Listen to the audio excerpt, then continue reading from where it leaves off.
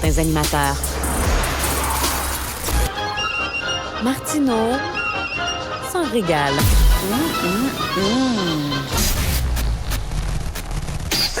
Alors, la guerre entre le gouvernement canadien et Meta s'accentue et plusieurs se demandent si les mesures du gouvernement canadien ne seraient pas, au fond, contre-productives.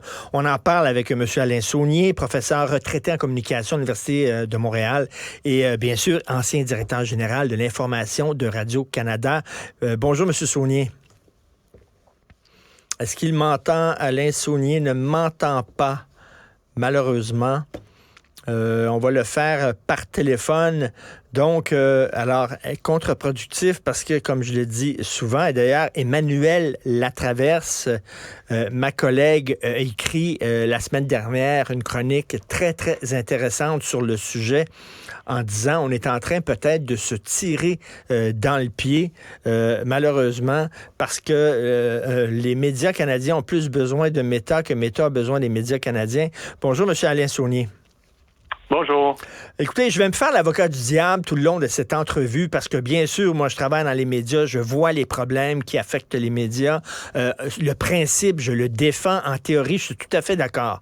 Mais j'ai l'impression que les médias canadiens ont plus besoin de Meta que Meta a besoin des médias canadiens. On l'a vu, là, ils ont bloqué les nouvelles au Canada, là, et ça n'a rien changé à leur circulation, ça n'a rien changé au trafic de Meta sur Facebook et tout ça. Donc, eux autres peuvent continuer à nous bouder et finalement, c'est nous, en se passant d'un outil comme Facebook, on a moins de circulation sur nos sites Internet de nouvelles. Qu'est-ce que vous en pensez? C'est un fait parce qu'à partir du moment où Meta décide de faire cavalier seul et puis de refuser l'accès à des contenus des médias, c'est sûr que ça nous place dans une drôle de situation. Parce que, dans les faits, les gens continuent à aller sur Facebook et puis Instagram. Ben oui. Et ça n'empêchera pas Facebook et Instagram de jouer le rôle de réseau social de type privé, oui, mais c'est quand même un réseau social qui permet aux gens d'interagir. Alors, c'est un peu comme si l'actualité, les médias, les contenus médiatiques, on pouvait s'en passer malgré tout, malgré le fait que Facebook a décidé de nier l'existence de l'actualité sur son réseau. Et là, je serais curieux de savoir le fait que cette guerre-là, les effets sur les sites Internet des médias canadiens. Vous savez, moi, par exemple, ma chronique du Journal de Montréal, je la mettais sur Facebook, ça amenait des lecteurs à ma chronique et tout ça. Maintenant, je ne fais pas ça, je peux pas le faire et je ne veux pas le faire parce qu'on est en guerre contre Meta. Mais le résultat, c'est que j'ai moins de trafic là, concernant mes nouvelles à moi et mes chroniques à moi. Et j'imagine que c'est comme ça dans l'ensemble des médias au Canada? C'est comme ça dans l'ensemble des médias, puis ce que ça va faire en sorte, c'est qu'il y aura un appauvrissement de plus en plus réel, si on veut, de ce qui va se retrouver sur les sites Facebook et Instagram.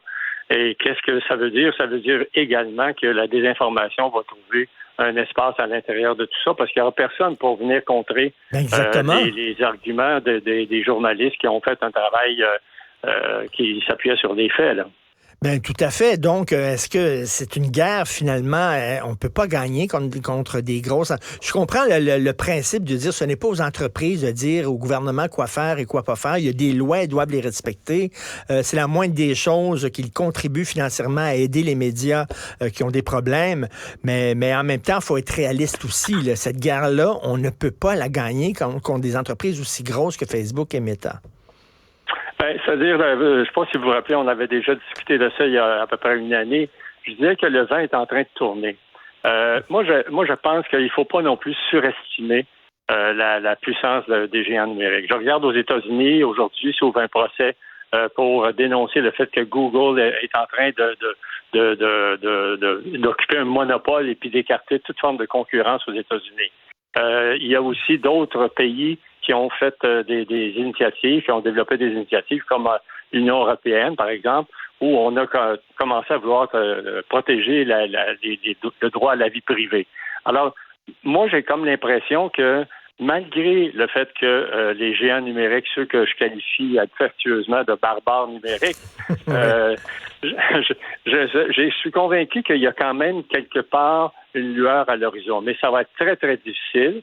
Et puis, le bras de fer auquel on assiste à l'heure actuelle, il risque de se poursuivre encore très longtemps, à mon point de vue. Ça prend une solidarité entre les pays. Que Oui. le Canada n'agisse pas seul, là, ça prendrait une solidarité. On voit qu'en France aussi, là, on se réveille un peu, là. Donc, c'est ça que ça prend contre ces géants-là. Ben, tout à fait. Et puis, bon, moi, je salue l'initiative qui a été prise par le gouvernement canadien avec son projet de loi C-18, mais il est à peu près certain que le Canada n'est pas de taille pour livrer cette bataille-là seul. Il va falloir nécessairement qu'il y ait des ententes avec d'autres pays, avec d'autres États américains, par exemple la Californie, afin de faire avancer ce dossier-là.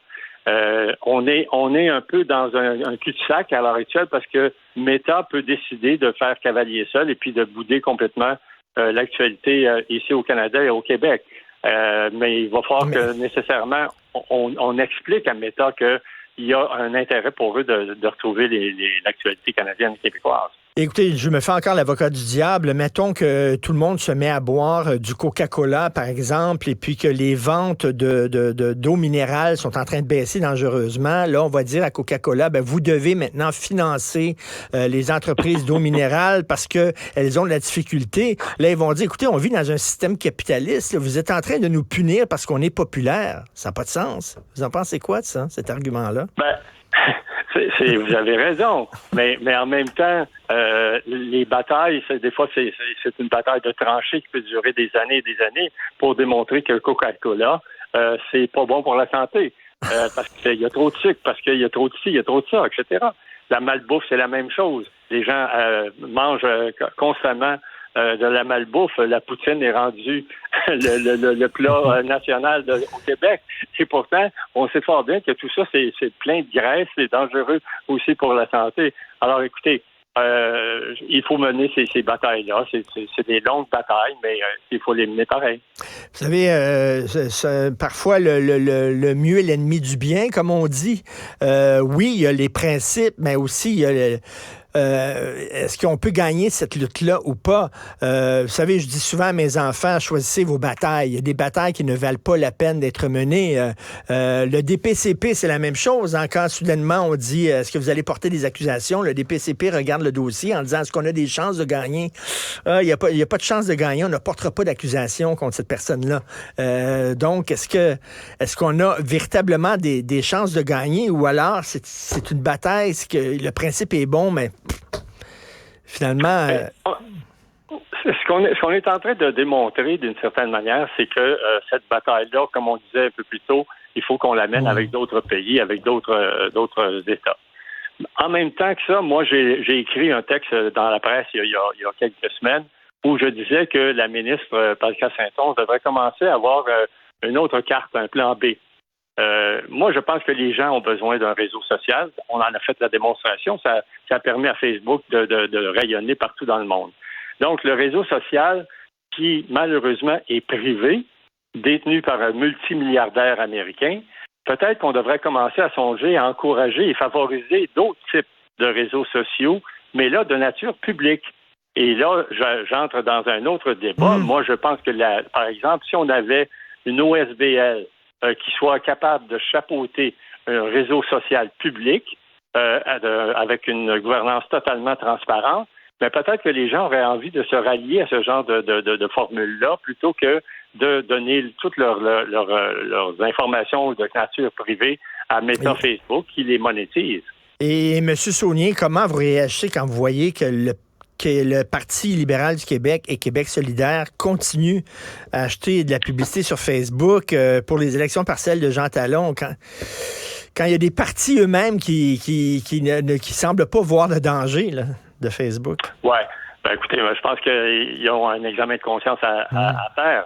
Moi, je pense que ce qui est intéressant, c'est la solidarité qui est en train de se développer, notamment pour cette journée du 15 septembre. Il y a même la Chambre de commerce de Montréal, il y a les maires de Québec, de Longueuil, de Laval, etc., qui sont embarqués un peu dans cette opération de solidarité pour marquer le coup une journée et faire la démonstration que les gens sont solidaires d'une certaine forme de vision avec laquelle c'est pas un multimilliardaire qui décide de qu'est-ce qu'on peut lire et écouter sur un réseau social.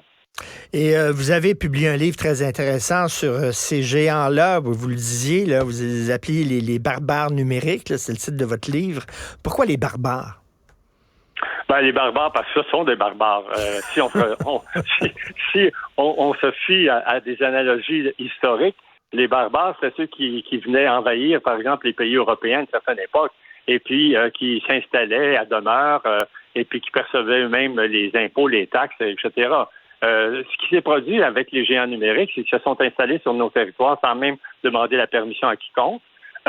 Et mieux que cela, le CRTC, dans le cas du Canada, a indiqué en 99 que Internet, ça ne les concernait pas. Alors, ils se sont installés, ils ont pris le contrôle de nos ondes Internet, si on veut les appeler ainsi.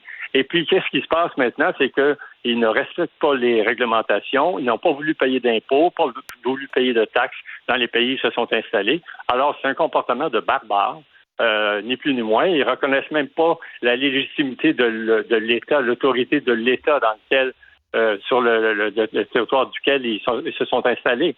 Donc, c'est ça, c'est barbare.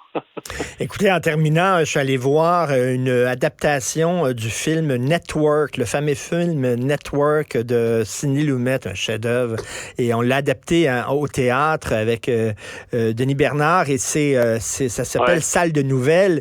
Et vous l'avez peut-être vu, vous allez le voir, mais à un moment donné, il y a un discours d'un homme d'affaires qui dit à un journaliste, vous vivez dans un ancien monde avec des pays, des nations. Il n'y a plus d'Italie, il n'y a plus d'Angleterre, il n'y a plus de Canada. Il y a seulement que Exxon, AT&T, IBM et Microsoft. C'est ça les nations du monde maintenant. Que pensez-vous de ce discours-là? Ben, c'est un discours qui est pas loin de la vérité, parce que ces géants numériques-là, qui sont dirigés par des multimilliardaires, ils ont toujours défié les États sur les territoires où ils se sont installés.